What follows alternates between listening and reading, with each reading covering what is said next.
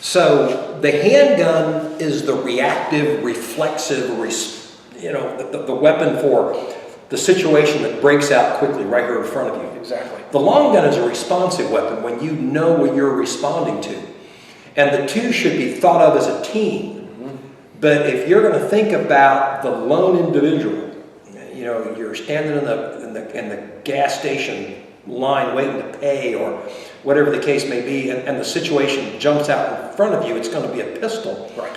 And it's probably going to be a small pistol. We were talking, we were looking at your range, we were talking about all the guys that show up for gun school and they've got their appendix carry, which is fine, but they got their gun with their full-size pistol with their red dot and their light on it and the extended magazine, and they've got it shoved in there.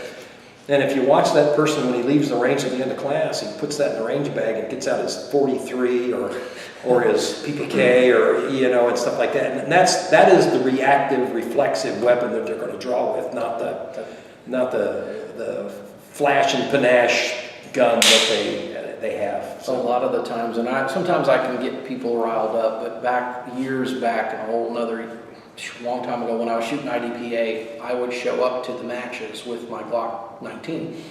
And a lot of the guys would pull up and they would strap on a Glock 34, but when they would leave, they'd put like a small 380 in their pocket. Mm-hmm. And I shot with what I carried because I felt like I was more likely to be more proficient if I just took to the range what I would carry. And I never had a tricked out like range gun. And I feel like this weekend, I think we're going to hopefully, we're going to see some eyes open, and whoa, because who knows when we will need to use these skills the most. If you are that person, then go to Vegas and make a lot of money because you can foresee the future. Yep. None of us can see it coming, and there will always be an action response situation. People talk about, well, let's get the electronic timer out. Look, I got a 1 second draw. And you're awesome. But in a situation where suddenly now you've got to adjust, you're literally orienting to what's going on. Now you've decided to draw. You're going to have a 3, 4, 5 second draw, and that's the way it is. So, yeah, and those people, and you have to build those skills. It's good to know where you are so you can gauge yourself. But in reality, they know the buzzer is about to go off.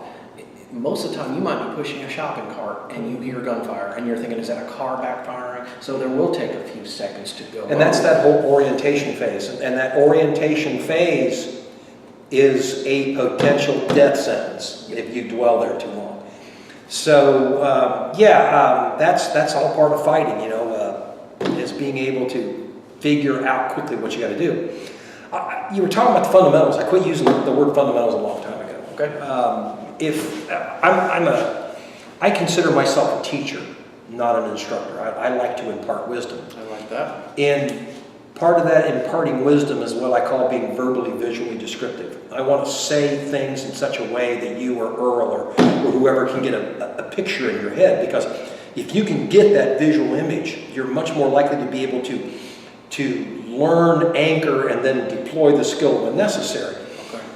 So, being verbally, visually descriptive, I did away with the word fundamentals. Before that, I'll give you a little story. I hope I don't want to bore your viewers here.